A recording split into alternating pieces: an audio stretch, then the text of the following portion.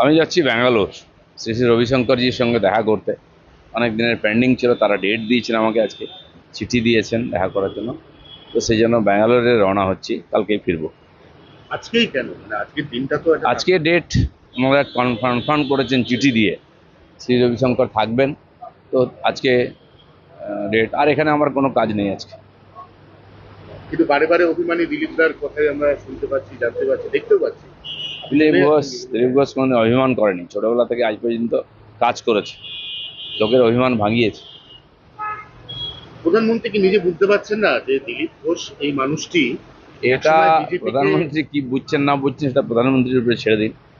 Party এত বড়, বহু কার্যকর্তা আমার মতো আছেন পার্টিতে, হাজার হাজার লক্ষ লক্ষ। পার্টি তাদের নিয়ে ভাবে, তাদের যোগ্য কাজ দেয়, সময়ে পার্টির প্রয়োজনে পার্টি কাজে লাগাবে। হ্যাঁ, কিন্তু একই আচরণ আপনার প্রতি, মানে আপনি দলকে না, কোন আমার জায়গা প্রতি থেকে ঠিক আছে, তুলেছেন? পার্টির তো এখন কোনো কাজই নেই, পার্টিতে কোনো প্রোগ্রাম নাই। হ্যাঁ, প্রধানমন্ত্রী আসছেন, গিয়ে ভাষণ শোনা, সে তো আমি মোবাইলেও শুনতে পারি ওনার ভাষণ।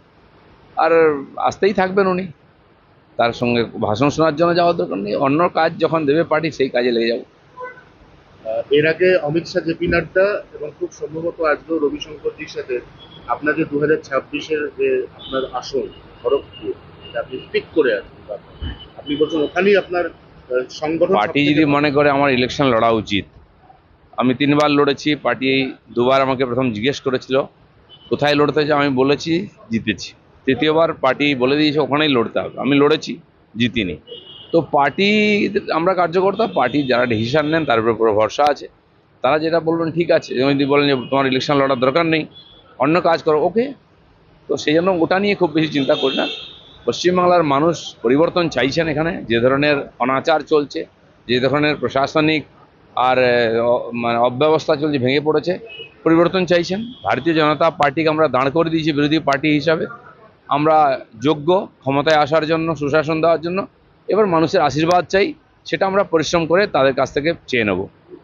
এর আগে দক্ষিণ ভারতে আমরা আঞ্চলিকতার রাজনীতি দেখেছি, অদক্ষিণ ভারতীয় বনাম দক্ষিণ ভারতীয়। 2026-এর ভোটের আগে আমাদের এই তৃণমূল কংগ্রেস দল, তারা তো খুব সুকৌশলে দক্ষিণের ওই যে স্টাইল, বাংলা এবং অবাংলা ভাগ করে দেবো, দিয়ে আমরা বৈতরণী পার করবো ভোটে, এরকম একটা চেষ্টা চলছে। দেখুন, এই ধরনের যারা, যেগুলো আঞ্চলিক পার্টি, না তাদের কোনো আদর্শ, না নীতি, না অর্থনীতি, না সংবিধান, কিছুই থাকে না। কিছু লোকাল ইস্যুকে নিয়ে ওরা তৈরি হয়, লোকাল ইস্যুকে নিয়ে তারা রাজনীতি করে। আর যতদিন চলে ওটা চলতেই থাকে। সেই জন্য প্রত্যেকবার নতুন নতুন ইস্যু আনবে ওরা।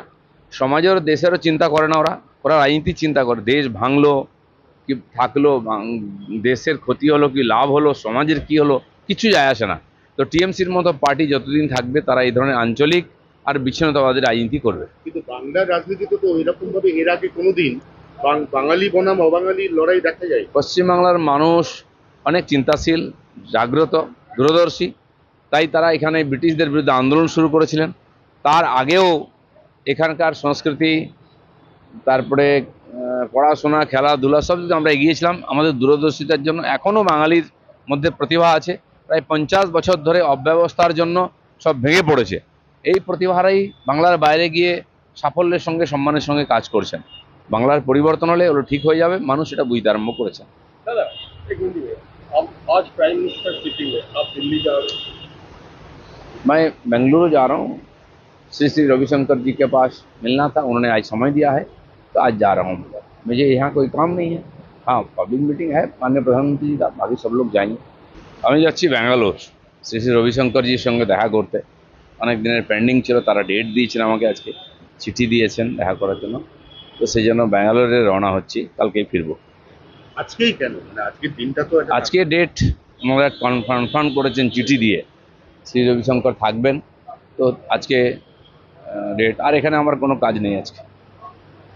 কিন্তু বারে বারে অভিমানী দিলীপদার কথাই আমরা শুনতে পাচ্ছি, জানতে পাচ্ছি, দেখতেও পাচ্ছি। দিলীপ ঘোষ কোনো অভিমান করেনি, ছোটবেলা থেকে আজ পর্যন্ত কাজ করেছে, লোকের অভিমান ভাঙিয়েছে।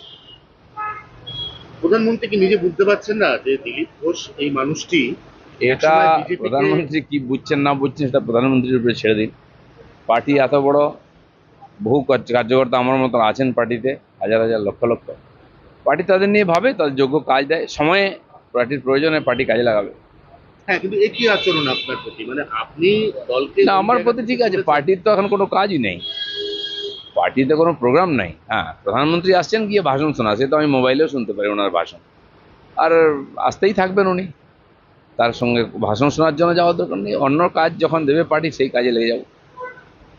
এর আগে অমিত শাহ, জেপি নাড্ডা এবং খুব সম্ভবত আজকেও রবিশঙ্করজির সাথে আপনাদের 2026-এর যে আপনার আসন খড়গপুর, এটা আপনি পিক করে আছেন, বা আপনি বলছেন ওখানেই আপনার সংগঠন পার্টি সবথেকে যদি ভালো। মনে করে আমার ইলেকশন লড়া উচিত, আমি 3বার লড়েছি, পার্টি দুবার আমাকে প্রথম জিজ্ঞেস করেছিল কোথায় লড়তে চাও, আমি বলেছি জিতেছি। তৃতীয়বার পার্টি বলে দিয়েছে ওখানেই লড়তে হবে, আমি লড়েছি, জিতিনি। তো পার্টি, আমরা কার্যকর্তা, পার্টি যারা ডিসিশন নেন তার উপরে পুরো ভরসা আছে, তারা যেটা বলবেন ঠিক আছে। যদি বলেন যে তোমার ইলেকশন লড়ার দরকার নেই, অন্য কাজ করো, ওকে। তো সেই জন্য ওটা নিয়ে খুব বেশি চিন্তা করি না। পশ্চিমবাংলার মানুষ পরিবর্তন চাইছেন, এখানে যে ধরনের অনাচার চলছে, যে ধরনের প্রশাসনিক আর মানে অব্যবস্থা চলছে, ভেঙে পড়েছে, পরিবর্তন চাইছেন। ভারতীয় জনতা পার্টিকে আমরা দাঁড় করে দিয়েছি বিরোধী পার্টি হিসাবে, আমরা যোগ্য ক্ষমতায় আসার জন্য, সুশাসন দেওয়ার জন্য। এবার মানুষের আশীর্বাদ চাই, সেটা আমরা পরিশ্রম করে তাদের কাছ থেকে চেয়ে নেব।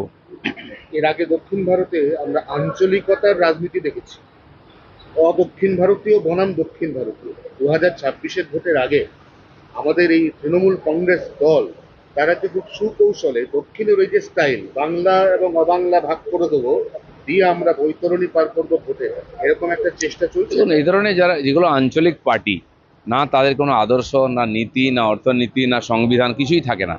কিছু লোকাল ইস্যুকে নিয়ে ওরা তৈরি হয়, লোকাল ইস্যুকে নিয়ে তারা রাজনীতি করে, আর যতদিন চলে ওটা চলতেই থাকে। সেই জন্য প্রত্যেকবার নতুন নতুন ইস্যু আনবে ওরা, সমাজের দেশেরও চিন্তা করে না ওরা, ওরা রাজনীতির চিন্তা করে। দেশ ভাঙলো কি থাকলো, দেশের ক্ষতি হলো কি লাভ হলো, সমাজের কি হলো, কিছু যায় আসে না। তো টিএমসির মতো পার্টি যতদিন থাকবে তারা এই ধরনের আঞ্চলিক আর বিচ্ছিন্নতাবাদী রাজনীতি করবে। কিন্তু বাংলার রাজনীতিতে তো এরকম ভাবে এর আগে কোনোদিন বাঙালি বনাম অবাঙালি লড়াই দেখা যায়। পশ্চিমবাংলার মানুষ অনেক চিন্তাশীল, জাগ্রত, দূরদর্শী, তাই তারা এখানে ব্রিটিশদের বিরুদ্ধে আন্দোলন শুরু করেছিলেন।